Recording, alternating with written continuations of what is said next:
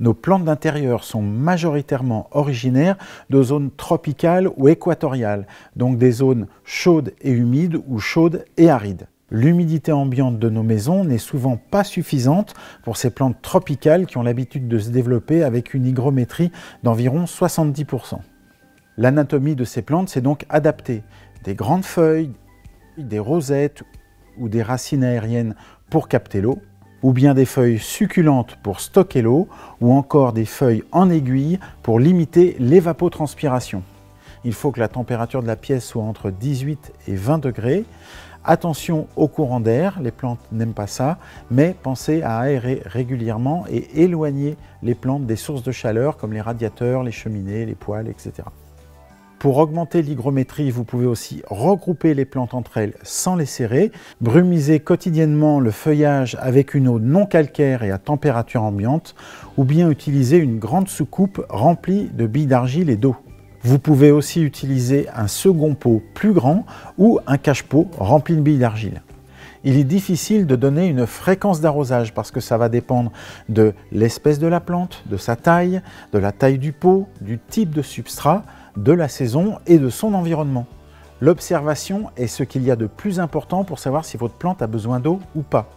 Regardez le terreau, soupesez le pot, enfoncez votre doigt dans la terre pour savoir si elle est sèche ou humide. Le flétrissement du feuillage est aussi une bonne indication d'un manque d'eau, de même lorsque l'on constate que le terreau se décolle des parois du pot. Et pour certaines plantes, il ne faut pas attendre le dessèchement total du substrat avant de les arroser. Utilisez une eau d'arrosage non calcaire parce que son accumulation à la longue peut empêcher l'assimilation du fer et provoquer une chlorose du feuillage. Évitez d'utiliser l'eau du robinet car elle contient trop de calcaire et trop de chlore. Si vous ne pouvez pas faire autrement, laissez-la reposer 24 heures. Ça permettra à ce qu'elle soit à température ambiante et qu'une bonne partie du chlore s'évapore. De préférence, utilisez de l'eau de pluie ou un mélange d'eau du robinet et d'eau déminéralisée. Et évitez d'utiliser l'eau sortant des adoucisseurs ou des carafes filtrantes. Et vous pouvez profiter de l'arrosage pour fertiliser vos plantes, mais attention, ne donnez jamais d'engrais lorsque le terreau est sec. Si vous constatez que l'eau sort tout de suite du pot, c'est que le terreau a trop séché et qu'il vaut mieux baigner la plante. On arrose en général 2 fois plus souvent en période de végétation, c'est-à-dire d'avril à septembre. Une plante qui est dans le même pot depuis longtemps, c'est-à-dire qui n'a pas été rempotée, demandera plus d'eau. Et de même, une plante qui a un feuillage très important demandera elle aussi plus d'eau. Et d'une manière générale, une plante rempotée régulièrement captera mieux l'eau.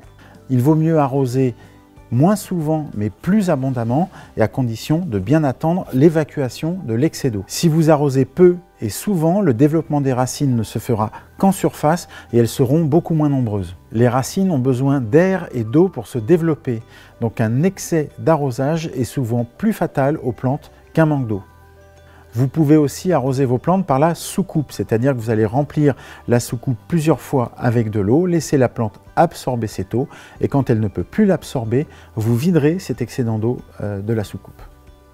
Pour les plantes difficiles à arroser par le dessus à cause du feuillage, privilégiez un arrosage par le fond.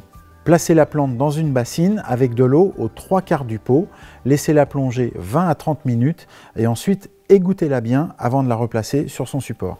Et cette technique est également valable pour les plantes dont le terreau est très léger et absorbe difficilement l'eau. En dehors de ces règles générales, il existe quelques subtilités.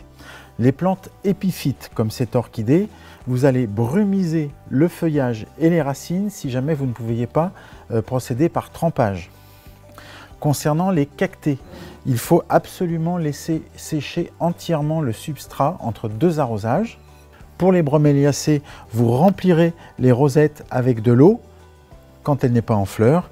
Et enfin, les plantes qui sont sur des tuteurs en mousse comme celui-ci, il est important de maintenir cette mousse toujours humide.